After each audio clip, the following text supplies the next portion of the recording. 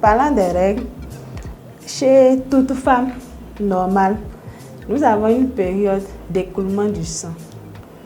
Les règles se caractérisent par l'écoulement du sang chez la femme normale. Mais avant ça, il y a parfois le syndrome prémenstruel, c'est-à-dire les règles qui s'annoncent à travers des signes. Donc, ça pourrait s'expliquer par là. Et un jour, tu verras du sang qui va sortir. Toujours, les règles se caractérisent par la sortie du sang, quel qu'en soit l'aspect.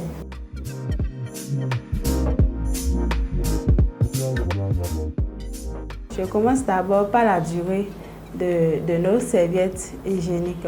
Il y a cette erreur-là au niveau de la communauté qu'on observe le plus souvent. Et on porte une serviette au-delà de 4 heures et 6 heures du temps. Aussi, la qualité de l'eau que nous utilisons pour laver nos serviettes, pour celles qui utilisent les serviettes traditionnelles ou bien ce qu'on confectionne avec du coton pour revendre, genre les serviettes réutilisables, la qualité de l'eau. Parfois, l'eau n'est pas potable et on l'utilise. Le séchage aussi, on ne sèche pas ça pour que le soleil puisse frapper et désinfecter, on va dire. Donc, aussi, il y a les toilettes vaginales. Quand on est en menstruée, on pense qu'on est sale et on se permet de faire la toilette avec du savon. Non, le vagin s'auto-nettoie. On ne doit pas le nettoyer encore avec du savon. C'est une forme de mauvaise pratique. Et aussi, même quand on va vouloir changer les serviettes, on ne prend pas soin de se laver les mains.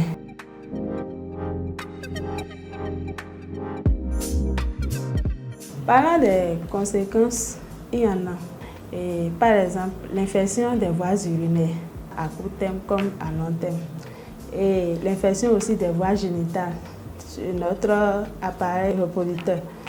Donc, il peut y avoir des infections génitales basses qui peuvent entraver aussi la reproduction à long terme. À cause des mauvaises pratiques d'hygiène, on peut finir à long terme avec de l'infertilité.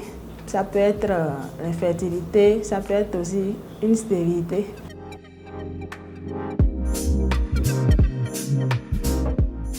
Tout d'abord, entre 4 heures et 6 heures du temps, il faut changer les serviettes. La serviette qu'on a placée, si c'est le matin, après 4 heures ou au plus 6 heures de temps, il faut changer sa serviette. Et même si le flux n'est pas abondant, il faut changer. Parce qu'il ne suffit pas d'avoir de flux abondant pour dire qu'on va changer. C'est la durée de contact entre nos serviettes et l'appareil génital. Éviter de laver le vagin avec du savon. Éviter aussi d'utiliser de l'eau sale. Donc, avec de l'eau simple, l'eau propre, vous pouvez vous faire une toilette simplement. Donc, pour celles qui utilisent des serviettes réutilisables, la première des choses, c'est de laver à l'eau potable, en évitant les savons parfumés. Il faut qu'on précise ça, avec des savons au pH neutre. Les sécher au soleil. Maintenant, après le séchage, quand on finit, on les plie et on les met dans un endroit sec, propre. On met ça dans son sac.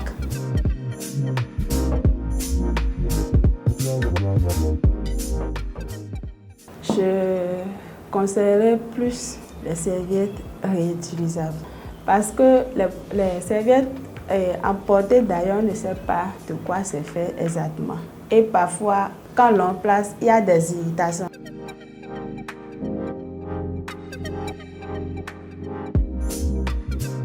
En ce qui concerne les parents, leur rôle c'est de veiller à ce que les jeunes filles respectent les normes qu'on a citées tout de suite. Il faut veiller. Lorsque la période de ta jeune fille est là, il faut veiller à ce qu'elle n'utilise pas tout ce qu'on a dit, de ne pas utiliser l'endroit où elle conserve ses serviettes, tout ça là. Leur rôle principal, c'est de veiller et d'encourager les enfants à pratiquer ces bonnes manières-là.